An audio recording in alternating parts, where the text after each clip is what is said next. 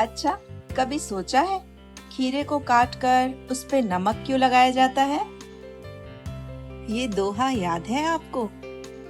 खीरा सिर से काटिए, मलियत नमक लगाए, रहीमन ऐसे नर को चाहिए यही सजाए। जैसे खीरे की कड़वाहट नमक से दूर होती है, ठीक वैसे ही कुछ लोगों को सुधारने के लिए थोड़ी सख्ती की जरूरत होती है। जिंदगी भी हमें कभी-कभी ऐसे ही तराशती है। हर मिठास थोड़ी कड़वाहट के बाद ही आती है। तो जीवन में आई सख्ती से डरे नहीं, उसका सामना करें ताकि हम पहले से बेहतर बन सकें। आज बना है बैगन आलू, बिल्कुल सिंपल मसालों के साथ। नवरात्र जो चल रहे हैं, ऐसे में ऐसी ही सब्जियां बनाते हैं जो कम मसालों में भी फ्लेवरफुल लगती हैं। वैसे भी मेरे हाथ के बैगन आलू हस्बैंड जी को पसंद है। जैसे भी बना दूं, चुपचाप खा लेते हैं। लीजिए, प्लेट रेडी है। गर्मा गर्म पराठे, आलू बैगन की सब्जी और खीरे का सैलेड। ये सदाबहार के फूल है। मेरे घर में पूरी गर्मी ऐसे ही खिले रहते हैं।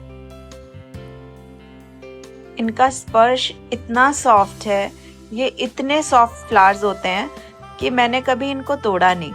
मुझे लगा ये तो तोड़ते ही मुरझा जाएंगे, पर आज थोड़े से फूल तोड़कर मैं इस पूजा की थाली में सजाऊंगी। मेरे घर में इसके दो रंग हैं, एक सफेद और एक मौव। और ये वाले प्लांट्स तो अपने आप ही निकल आए हैं, पता नहीं कैसे। मैंने तो नहीं लगाया इन्हें गेट पर, और अब हटाने का तो मन भी नहीं करता। बिना केयर के अपने आप ही लग गए हैं। जिन पौधों की इतनी केयर करती हूँ कि अब फ्लावर आएंगे, उन पे तो वेट करती रह जाती हूँ, और ये भर भर के फूल देते हैं। थोड़े थोड़े दोनों कलर्स के फ्लावर्स मैंने आज तोड़ लिए, पर मुझे तो ये लग रहा है कि ये टिकेंगे कि नहीं। मैं ऐसे ही तो नहीं तोड़ रही हूँ, क्योंकि बहुत ही सॉफ्ट और बहुत ही थिन इसकी पेटल्स हैं। ऐसा ना हो कि आधे घंटे में ही मुरझा जाएं।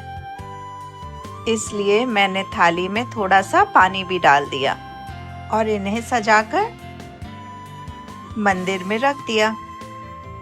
पूरा दिन ये फूल वैसे के वैसे ही बने रहे। रात में जब मैं मंदिर की लाइट बंद करने गई, तब भी ये उतने के उतने ही फ्रेश लग रहे थे। शायद इसीलिए इनका नाम है सदाबहार। कोई कह सकता है कि इन फूलों को मैंने सुबह तोड़ा था?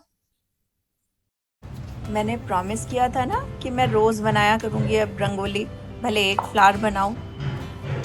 पर सच बताऊं तो स्टेंसिल से बनाने में इतना मजा आ रहा है कि सिर्फ एक फ्लावर पे हाथ रुकता ही नहीं है। तो तीन फ्लावर दोनों तरफ बना दिए। स्टेंसिल से ठप ठप ही तो करना होता है बस। काजू को वेट के पास ले जाना है, और देखने आई थी मैं, वो जो व्हाइट कलर का छोटा सा बोर्ड दिख रहा है ना, बस वही है वेट। मतलब मेरे घर से सिर्फ इतनी दूर है काजू के डॉक्टर। फिर मेरी अचानक नजर पड़ी ये मनी प्लांट का एक छोटा सा स्टेम, मतलब मेरे ही गमले से टूटा गिरा पड़ा हुआ, उसे यहाँ सेट कर दिया है मैंने आज। देखिए, नवरात्रि चल रही है।